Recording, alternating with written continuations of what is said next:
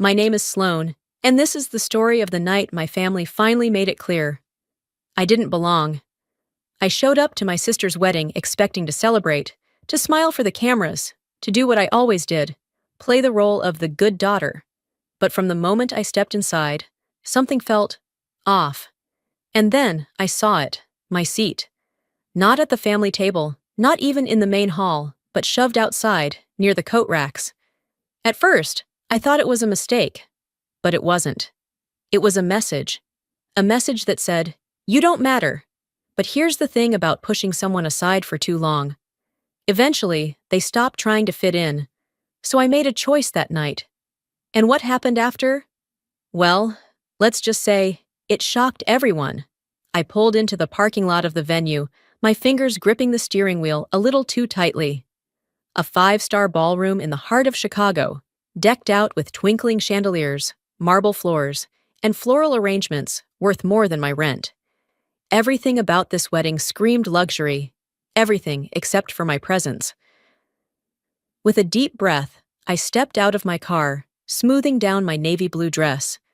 I wasn't here to cause a scene. I wasn't here to make this about me. It was Odessa's day, and I had accepted a long time ago that I wasn't the favorite sibling. I just hadn't expected them to remind me of it in such a public, humiliating way. Inside, a wedding planner with an overly bright smile greeted me at the check-in table. "Name?" she chirped. "Sloane." My voice came out calm, controlled. "Sloane Hathaway." Her smile faltered just a little. My stomach tightened as she flipped through the seating chart. Then, something flashed across her face. Pity. I knew that look. I hated that look. "Oh, right, here you are," she said, handing me a small place card. You're seated over here." She hesitated, then pointed toward a hallway just outside the grand ballroom. I frowned.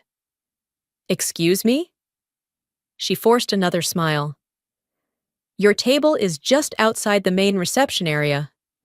My eyes darted to the massive seating chart displayed on the stand beside her. Vivian and Harold Hathaway, my parents, were seated at the front, next to the bride and groom. Odessa's closest friends, Dominic's distant relatives, even his co-worker's girlfriend, all had seats inside. My name wasn't there. I turned back to the planner. "There must be a mistake." Her smile tightened. "I'm afraid that's your assigned seat." A slow burn started in my chest. Not even at a distant table inside the ballroom. No, they had shoved me into the hallway as if I were an afterthought. Like a guest, they had to accommodate out of obligation, not family. Still, I held on to some ridiculous hope that this was just an oversight. That maybe, just maybe, my own mother hadn't allowed this to happen. I spotted her across the room, standing with Odessa, beaming as she fussed over her dress. My sister looked radiant, perfect, adored, just as she had always been. Odessa caught my gaze, tilted her head, then smirked. That smirk told me everything I needed to know. I forced myself forward. "Mom," I said, keeping my voice light. "Can I talk to you for a second?" Vivian barely spared me a glance. "Oh, darling, now's not the time. Can't you see we're busy?" "It'll only take a second," I said through gritted teeth. She sighed, annoyed but obliging, and stepped aside. Odessa didn't move, of course. She just watched, her smirk growing. "I just checked my seat," I said. "It's in the hallway." Vivian let out a dismissive hum. "Well, we had to prioritize immediate family members at the main tables, Sloane." I blinked. "Immediate family?" "I am immediate family." Vivian let out a forced, airy laugh, as if I'd said something absurd. "Oh, sweetheart, don't be so dramatic." Odessa finally spoke. "Did they mess up your seat?" "Wow, that's unfortunate." Her voice dripped with false sympathy. "You know how chaotic wedding planning can be. So many little details, things get overlooked." Her eyes glowed with amusement. She knew. This wasn't an accident. I turned back to my mother. "Mom, you really think it's okay for me to be seated outside the reception hall, away from everyone?" Vivian sighed again, clearly bored of the conversation. Sloan, don't make a big deal out of this. It's Odessa's special day. Just be grateful you're here. Grateful. The word lodged itself in my throat, bitter and unspoken. Be grateful for being treated like a second-class guest at my own sister's wedding. Be grateful for being discarded, shoved aside, forgotten. I opened my mouth, but Harold, my father, my ever-passive, avoidant father, finally spoke. "It's just seating, sweetheart," he said, not even looking at me. "Let's not ruin the mood." That was it. That was all he had to say. I didn't even bother responding. What was the point? A new voice broke the silence. "That's an interesting arrangement." I turned and found Celeste, Dominic's mother, standing nearby, champagne in hand. Her eyes flickered toward Odessa, then back to me, her expression unreadable. Odessa stiffened slightly. Vivian gave her a rehearsed, gracious smile. "Oh, Celeste, you know how tricky wedding planning can be. We tried our best to accommodate everyone." Celeste hummed, unconvinced. She looked at me just a second too long, as if reading between the lines.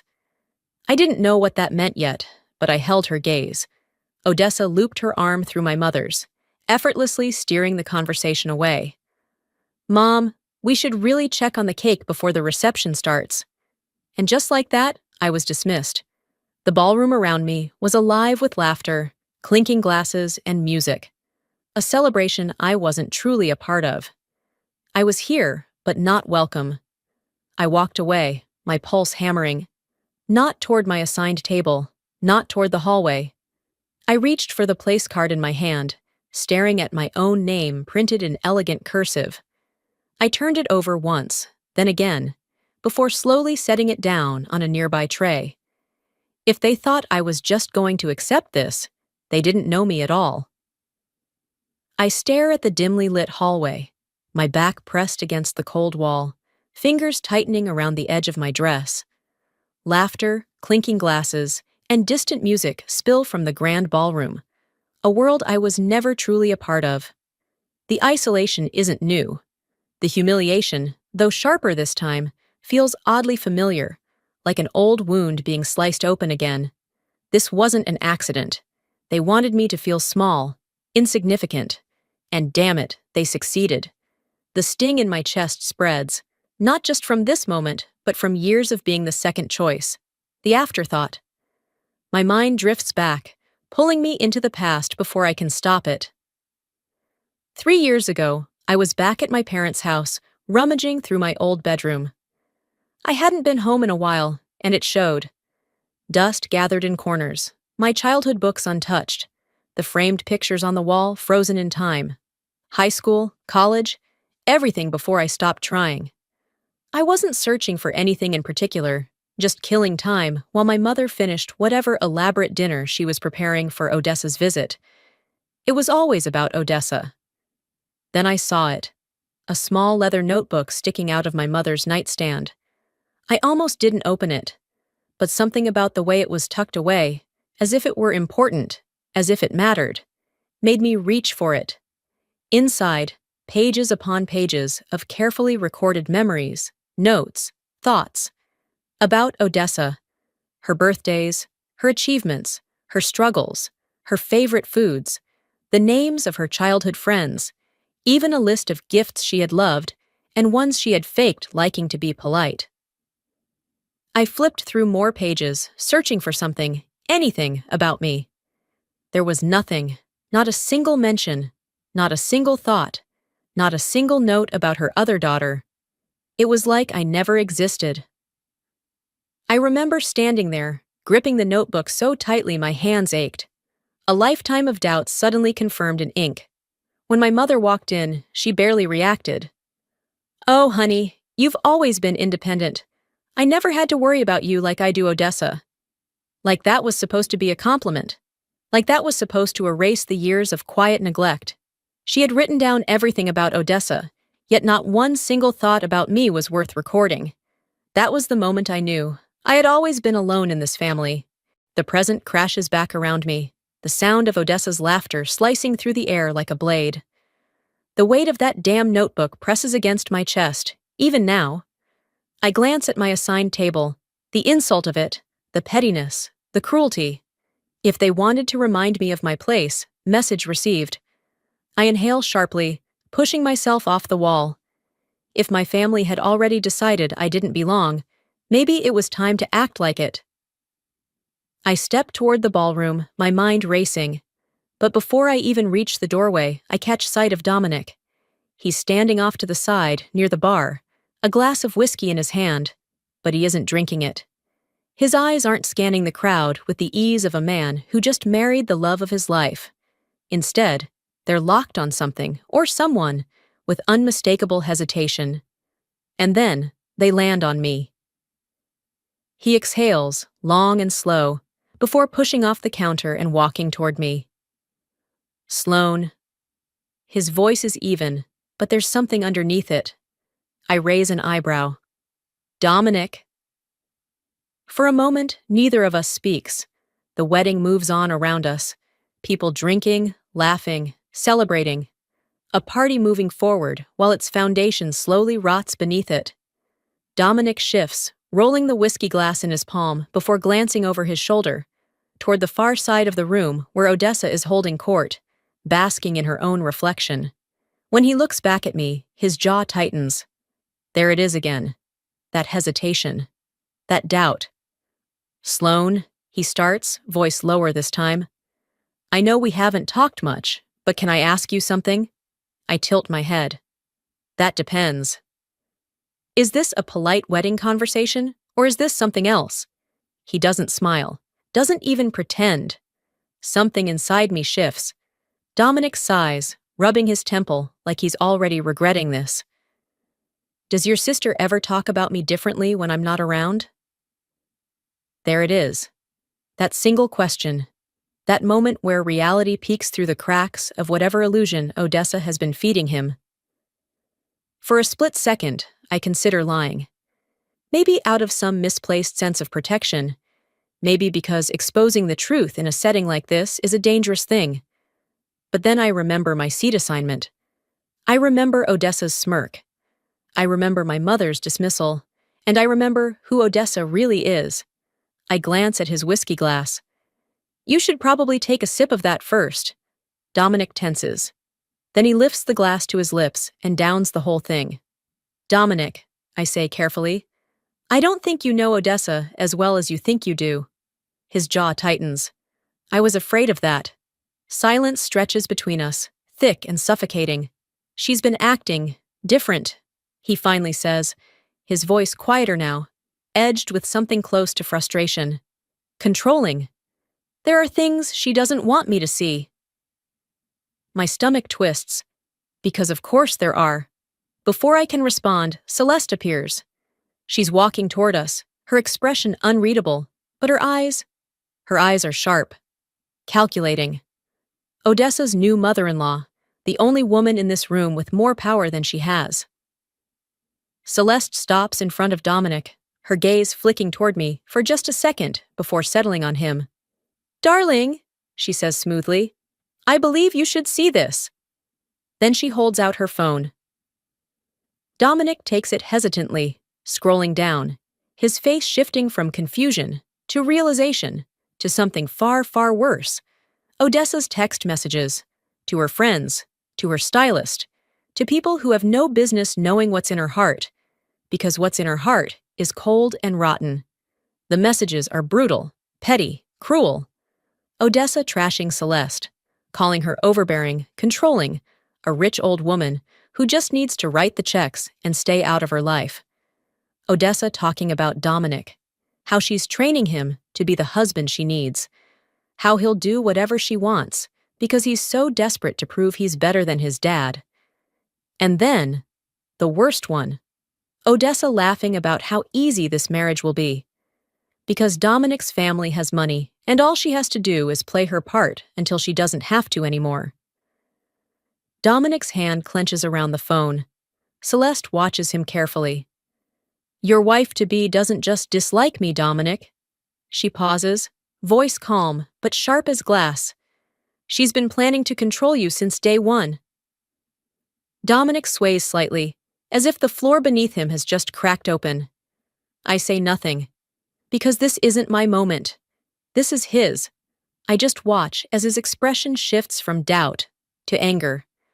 The wedding may be happening, but the foundation beneath it is already cracking. The wedding may still be in motion, but behind closed doors, the family meeting that follows will change everything. I follow the movement of bodies as we're ushered into a private lounge. The air is heavy, thick with the kind of tension that makes your skin itch. Odessa is in the center of it all, perfectly composed, or at least pretending to be. Celeste stands near the entrance, arms crossed, lips pressed together in an unreadable line. Dominic lingers by the bar, his whiskey untouched, his shoulders rigid. Vivienne, of course, is already speaking, already smoothing, already making excuses. "This is all just a misunderstanding," she says, offering a thin, forced smile.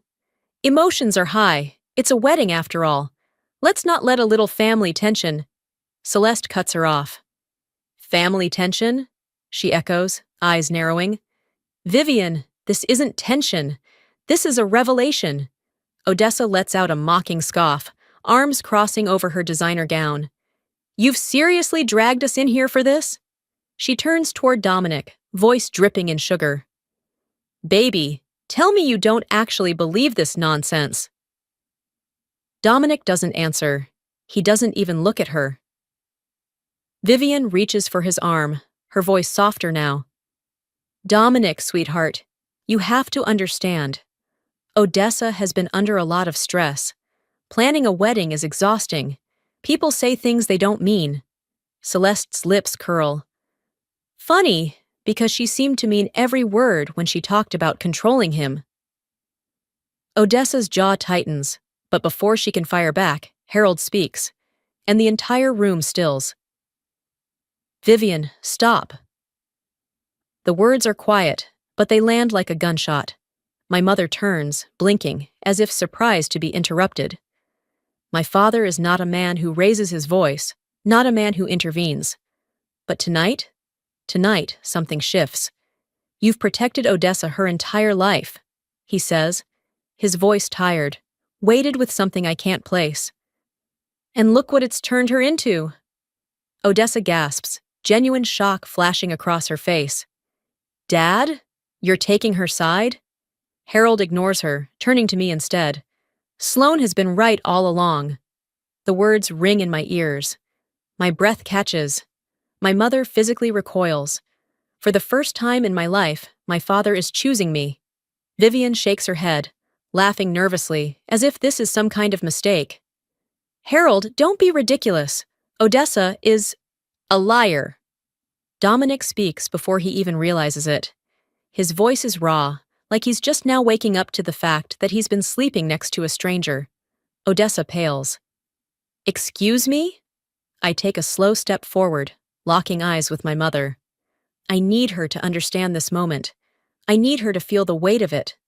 "If you keep covering for her," I say quietly, "you will lose more than just me, Mom." For the first time, Vivian falters. Odessa sees it, and she panics. Her voice sharpens, desperation creeping in. "You're all turning against me because of her?" Celeste lets out a slow breath, taking a sip of her drink before delivering the final blow. "We're turning against you because we finally see you for what you are." Odessa physically flinches, her breath shuddering, eyes darting from face to face. She has always been in control, until now. A wounded animal is the most dangerous kind, and Odessa has no intention of going down quietly. The air in the private lounge is suffocating, charged with something electric, something sharp. No one moves, no one speaks, as if any sudden motion might detonate the tension coiling in the room. Odessa stands rigid, her breath shallow, her fingers clutching the fabric of her gown so tightly that the seams strain. She's losing control, and she knows it. Vivian's grip on her daughter's arm is firm, her voice low but desperate. "Odessa, stop!" But Odessa doesn't stop. She can't. She won't. Across the room, Dominic hasn't said a word. His silence is heavier than any accusation, a weight pressing down on Odessa's carefully built world. I glance at him, the man who just pledged forever to my sister, and I see the doubt in his eyes. More than doubt, something colder, disgust. A flicker of satisfaction sparks in my chest, but I bury it. This isn't over, not yet. Odessa exhales sharply, then turns to me, eyes narrowed. You think you're so smart, don't you? Her voice is quiet, controlled, but there's a tremor beneath it. I meet her gaze. I don't have to think, Odessa. I know. Her lips curl, but it's not a smile. It's something darker, more brittle. You've always been jealous of me. The accusation is so absurd, so predictable, that I almost laugh. Almost. Instead, I tilt my head. Jealous? Of what? The fact that you have to manipulate and lie just to make people stay in your orbit? I gesture to Dominic, to Celeste, to our own parents. Look around, Odessa. Your world is shrinking. Her jaw clenches. And then I go for the kill. You played your game well, I say, voice measured even. But you forgot one thing. I know who you really are. Odessa flinches. It's subtle, but it's there. Vivian sucks in a sharp breath. She knows I'm not bluffing. I step forward, my voice soft but unwavering. I know about the money, the texts, the things you've said about your own husband. I glance at Dominic. The things you've said about his family. Dominic stiffens. Odessa's face drains of color. And then, for the first time in her life, my mother pleads with me. Vivian turns, eyes wide, hands shaking. Sloane, she whispers. She's still your sister. You don't have to do this. A beat of silence. And for a split second, a fraction of a moment, I hesitate. Not because I feel sorry for Odessa, but because my mother has never looked at me like this before. Like she needs me, like she's afraid. But the hesitation is fleeting. Because I know if the roles were reversed, Odessa wouldn't hesitate. And she proves it when she snaps. You're all turning against me because of her? Odessa's voice cracks, sharp and raw, her hands trembling at her sides. She's always been bitter, always hated me, and now you're going to believe her over your own daughter? Celeste exhales slowly, lifting her glass to her lips before delivering the final blow. We're turning against you because we finally see you for what you are. The words hit like a slap. Odessa's mouth opens, then closes. She looks at Dominic, her last chance at control. Her voice shakes as she reaches for him. You don't believe them, do you? Dominic doesn't answer. That silence? It's her death sentence.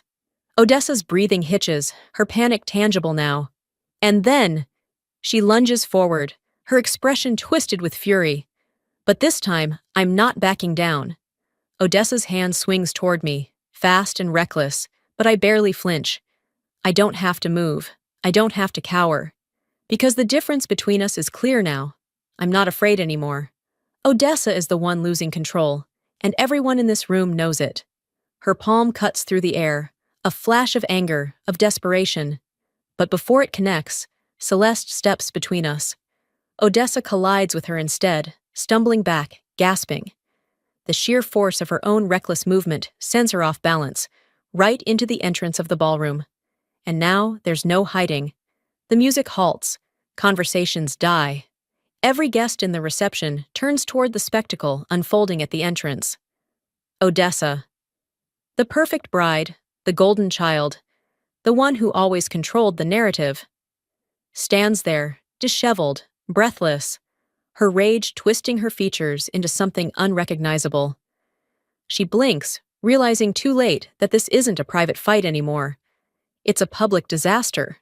A murmur spreads through the ballroom. Guests whisper. Eyes widen. Some exchange glances, others stare outright. Dominic is still standing near the bar, silent, watching. Just watching. Odessa spins toward him, frantic. You're my husband! Her voice shakes, high and thin. You have to stand by me! Dominic exhales slowly. The exhaustion on his face is unmistakable. I don't think I ever really knew you. The words land like a final nail in her coffin. Odessa staggers, her breath hitching, shaking her head violently. Number no, you don't mean that. You love me. But Dominic's eyes are empty now. Not angry, not even disappointed. Just done. Then, without another word, he reaches into his jacket pocket and pulls out a small envelope. My breath catches. I already know what it is. Odessa does too. Her face drains of color. What? What is that? Dominic doesn't blink. Annulment papers. A collective gasp rips through the guests. Even I feel the weight of it, the finality, the death of the perfect image she spent years curating. Odessa's hands tremble as she stares at the envelope. You had this prepared? Celeste steps forward, arms crossed, voice cold. Of course he did. Odessa's lips part, but no words come out. And then Celeste delivers the final blow. You were never going to be a part of this family. Odessa staggers back, her world unraveling. But she isn't done yet. Odessa may have lost her marriage, but she still has one weapon left. Revenge. Her chest rises and falls in quick, uneven breaths, her perfectly curled hair slightly out of place, her hands trembling at her sides. But this isn't over. Not for her. She refuses to let it be. She turns sharply to our mother. Mom! She pleads, her voice softer now, laced with just the right amount of vulnerability. You know this isn't true. You know they're trying to ruin me. Vivian hesitates. Of course she does. She has spent a lifetime cleaning up Odessa's messes, smoothing over her mistakes, making excuses. My mother's lips part, her eyes darting between her two daughters, the one she's always protected and the one she's always dismissed. Odessa! She starts, voice uncertain. Odessa seizes the moment. She grips Vivian's hand, pressing it against her chest like some kind of dramatic performance. Mom, you know me. You know I love Dominic. I would never. Stop. The voice is cold. Final. Dominic. He's holding something in his hand, a stack of papers stapled at the top. His face is unreadable, but his grip is tight. Odessa freezes. Celeste steps forward, her expression razor-sharp. Go on, Dominic, she says smoothly. Read it. Dominic's jaw clenches. Then, in a voice eerily calm, he begins. Odessa Hathaway filed an inquiry with a divorce attorney 1 month before the wedding. A sharp, collective gasp rips through the guests still lingering in the ballroom. I feel my stomach drop, not out of shock, but because even I didn't expect it to be this bad. Dominic doesn't stop. You were planning to leave me, he says, each word slow, deliberate, cutting. The second you got access to my money. The paper in his hands trembles slightly, but his voice doesn't waver. Odessa pales. That's not. Celeste lets out a low, unimpressed laugh. Oh, sweetheart, don't even try. She tilts her head. That's a legal document. You know, the kind that doesn't lie. Odessa's confidence shatters. The room is spinning out of her control, slipping through her fingers like sand. Dominic takes a step closer. Was anything ever real, Odessa? His voice is raw, not angry, just exhausted. Did you ever love me? Or was I just another accessory for you to show off? Odessa's lips quiver. Her eyes dart around the room, searching for someone, anyone, to back her up. And then, as if on pure survival instinct, she spins toward me. This is all your fault, she snaps, her voice rising, cracking. You've always been jealous of me. There it is. The same tired accusation. But this time, it doesn't land. Because for the first time, I don't care. I don't rise to the bait. I don't argue. I don't give her what she wants. I simply look at her and say, No, Odessa. This isn't my fault. She flinches. This is who you've always been. Her breath hitches. I step forward. I don't raise my voice. I don't have to. You manipulate. You lie. You take and take and take, and when things go wrong, you blame everyone but yourself. Vivian gasps softly, as if hearing the truth for the first time. Odessa shakes her head violently. No, that's not. Mom, tell her she's wrong. But Vivian doesn't move. She just stares. And for Odessa, that silence is worse than any insult. She stumbles back, realization dawning. She is lost. Odessa looks around the room, seeking someone to take her side. But for the first time in her life, no one does. As the weight of her actions settles in, Odessa realizes there is only one thing left to do: disappear. But first, she fights.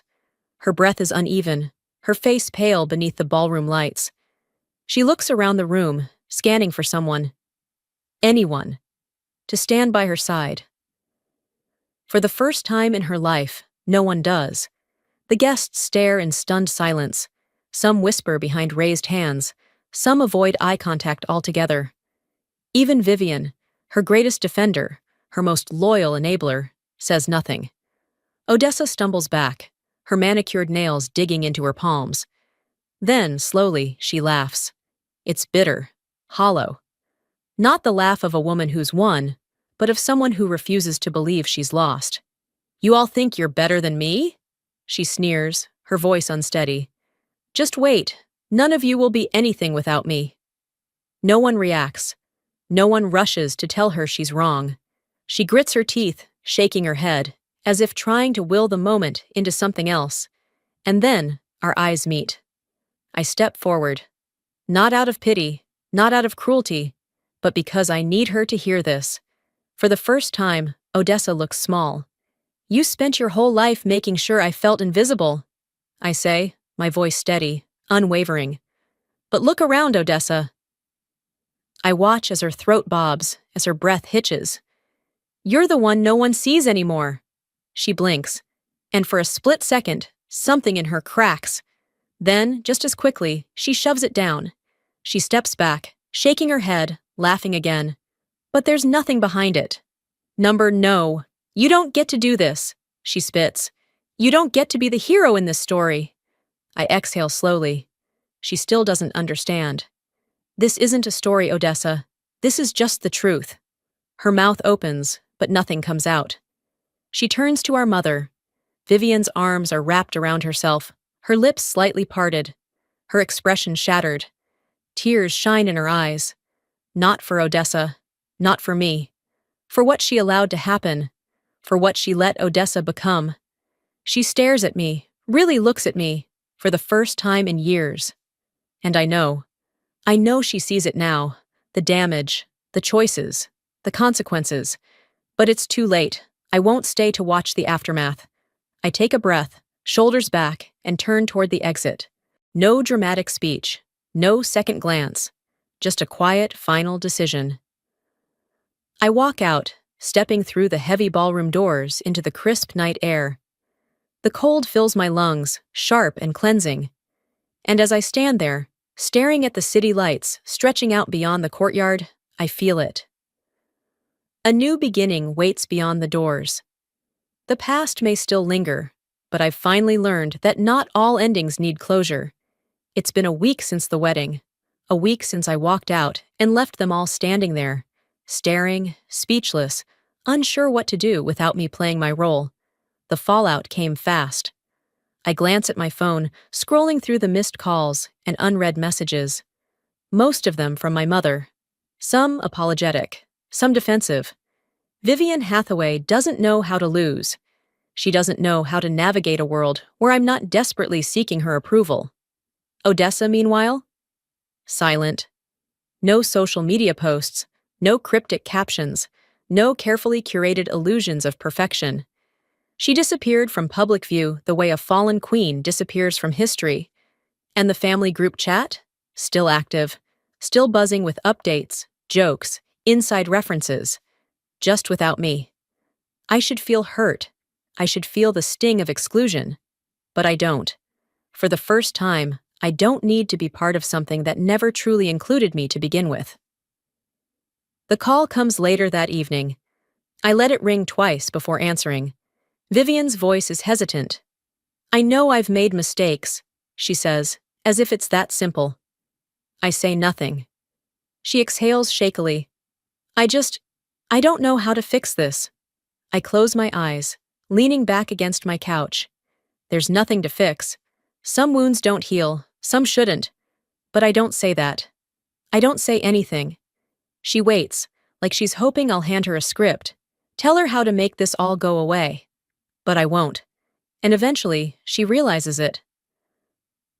I just wanted you to know, she murmurs, before the line goes dead. Later that night, I get another message. Not a voicemail this time, not a plea. An invitation, dinner. A quiet, unspoken truce. For the first time, I consider saying no. Not out of anger, not out of resentment, but because I don't need their validation anymore. I stare at the message, at the weight of it, and I realize something. This isn't about them choosing me anymore. It's about me choosing myself. I walk through my apartment, stopping by the small bookshelf near the window. Old photographs sit there, framed moments of a life I once wanted so badly to belong to. I pick one up, a Christmas photo from years ago. Odessa front and center, radiant as always. Vivian beside her, hand on her shoulder. And me? On the edge of the frame, like an afterthought. I set it down, and I don't pick it up again. Instead, I step toward the window, breathing in the stillness of the night. The city stretches out before me, endless, full of possibilities. And for the first time, I feel it. Freedom. Before we end this story, let me leave you with something important. If there's one thing I've learned, it's this. Family isn't about blood, it's about respect. About knowing your worth. About refusing to beg for a seat at a table that was never meant for you. For too long, I believed I had to earn love. That if I worked hard enough, stayed quiet enough, sacrificed enough, eventually they'd see me. They'd choose me. But the truth? Sometimes the best thing you can do, the strongest thing you can do, is walk away. Not every story needs closure. Not every wound heals with an apology. And that's okay. Because the real healing, the real power, that comes when you choose yourself. So let me ask you, have you ever had to walk away from something or someone to protect your own peace? Have you ever realized that staying would cost you more than leaving ever could? Drop a 1 in the comments if this story resonated with you. Or tell me, where are you watching from? I love hearing your stories, your experiences. And if you want more stories like this, real, raw, and filled with lessons we all need, hit that subscribe button. Because trust me, there's more to come. Thank you for watching, and remember, choosing yourself isn't selfish. It's survival.